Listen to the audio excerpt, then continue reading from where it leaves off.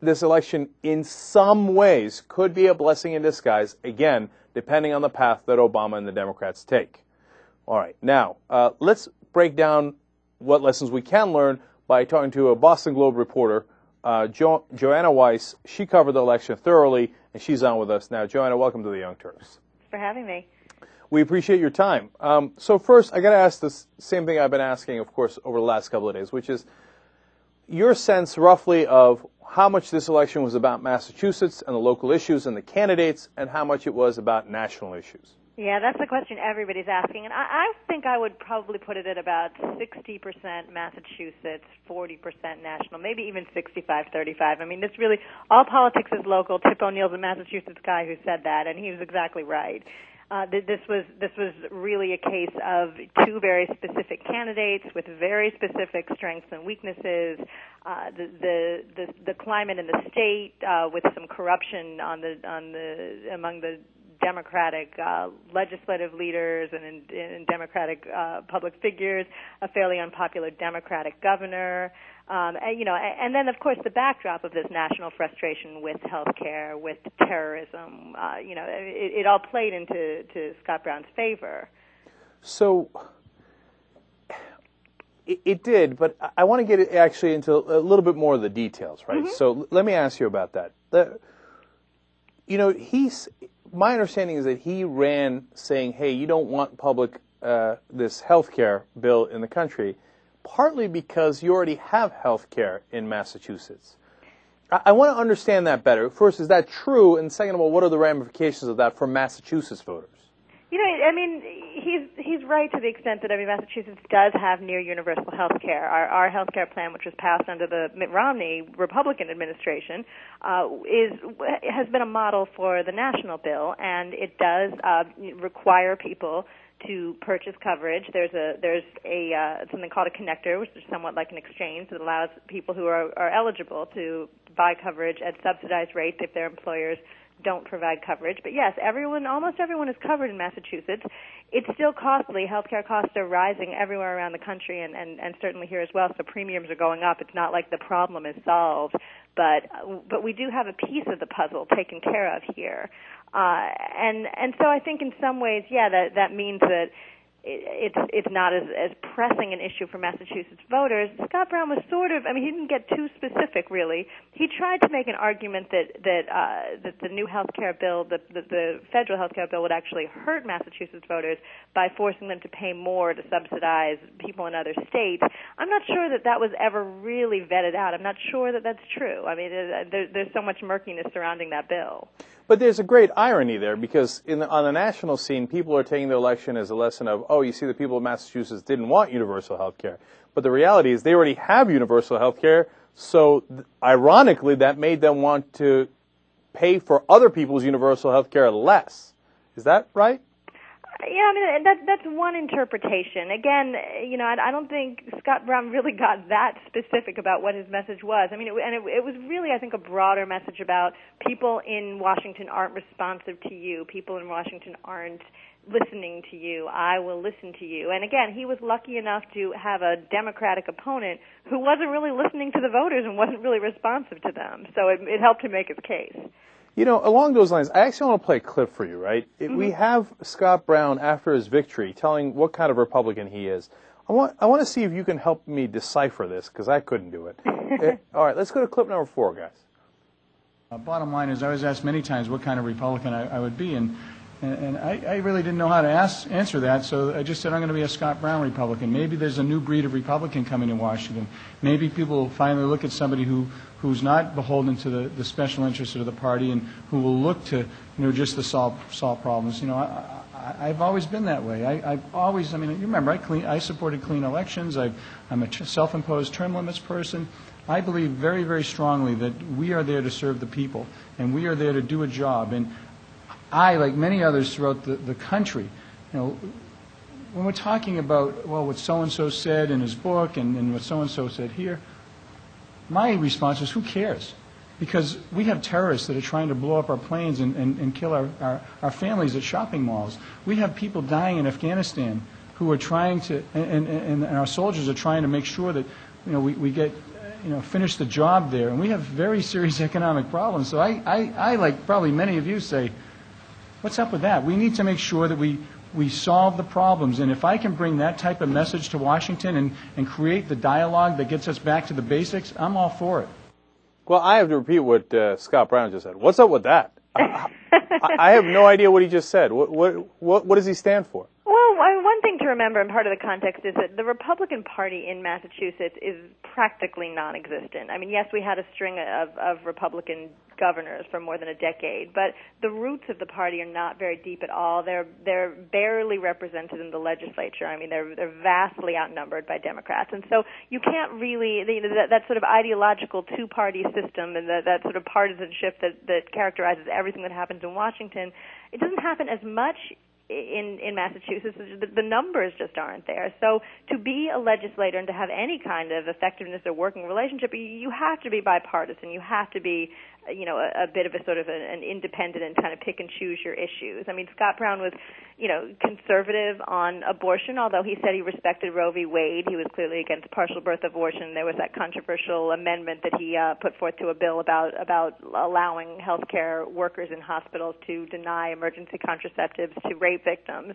That didn't end up passing, but he did introduce that amendment. So, he's against gay marriage. He was, very much to the right of Martha Coakley on terror, and he was for waterboarding. He was to the right of John McCain on that. So he's staked out certain Republican positions. But if you're going to make a go of it in Massachusetts, you have to be a little bit more independent. See, I think he's in a no-win situation at this point, because if he veers from the hard right-wing position in any way, the Rush Limbaughs and the Glenn Becks and the Fox News channels of the world are going to rip him apart. They're not going to stand for that. If, on the other hand, all he ever does is vote with Mitch McConnell and the Republicans, well, you would think 6 years later the people of Massachusetts would go, oh my God, what the hell were we thinking electing this guy? Well, that's the thing. He doesn't have to answer to Glenn Beck. I mean, I think maybe there are some Republicans in the country who feel like they do. But he won among independent voters. He really won among a narrow sector of Democratic leaning voters. So he's got to be responsive to them if he wants to come back. Yeah, and my get guess is he won't be. My guess is he won't be. That he will not vary in one vote from Republican leadership. And I'll tell you why. That's the big question, is what happens to him. And that's what everyone was asking him at that press conference today, is how independent. You say you're independent. How are you going to be independent? Prove to us you're going to be independent. And obviously the proof's in the pudding when he goes down to Washington. He's meeting with John McCain tomorrow. He's kind of staking out this idea of being, a maverick in that sense. But yeah, whether he ends up going along with the party line and feeling one thing you do have to remember is that the National Republicans poured a lot of money into his campaign. That helped him win. We're talking to Joanna Weiss from the Boston Globe, and she covered this election in Massachusetts, obviously. Joanna, the reason I say that is because he might think he's going to be independent now, but when he goes down there, the leadership is going to tell him, hey, listen, this is how we get paid. This is how we win elections, by selling out to the lobbyists. That's what we do. We're Republicans. And those lobbyists are not going to let him go and vote with Democrats. It's inconceivable. So that leads me to the question of, did the voters of Massachusetts have any idea what they were voting for? Because, and then let me just quickly add to that, there's a poll out saying that 22% of Democrats voted and 18% of Obama voters voted for Brown. When they asked them specifically, for example, okay, you were against health care, and you voted for Brown, why'd you vote for Brown? They say, because the health care bill didn't go far enough. It should have been more liberal. That leads you to believe that they have no idea why they voted for Brown. Well, again, that goes back to the specifics of this election. Some people voted for Scott Brown because they didn't like Martha Coakley. And sometimes it came right down to that. I know I've talked to people who were sort of independent, maybe Democratic leaning, but they were really turned off by this barrage of negative ads. And here's Scott Brown, this positive figure who looks like he's different from politics as usual. Sometimes people vote on those kind of emotional lines rather than on one or two specific issues. No, the genius of Scott Brown is not that he's different than politics as usual. It's that he's exactly politics as usual. Vague answers, good-looking guy, just comes out there and goes, I'm for change, but what kind of change? I'll leave it up to you. Okay, now, which, by the way, is an argument you could have made against Barack Obama. So he handled the politics of it just right. Now, let's go to Coakley, who did not handle the politics of it just right. Do you think, and I read your articles on this, do you think that her main problem was that she represented the establishment too much?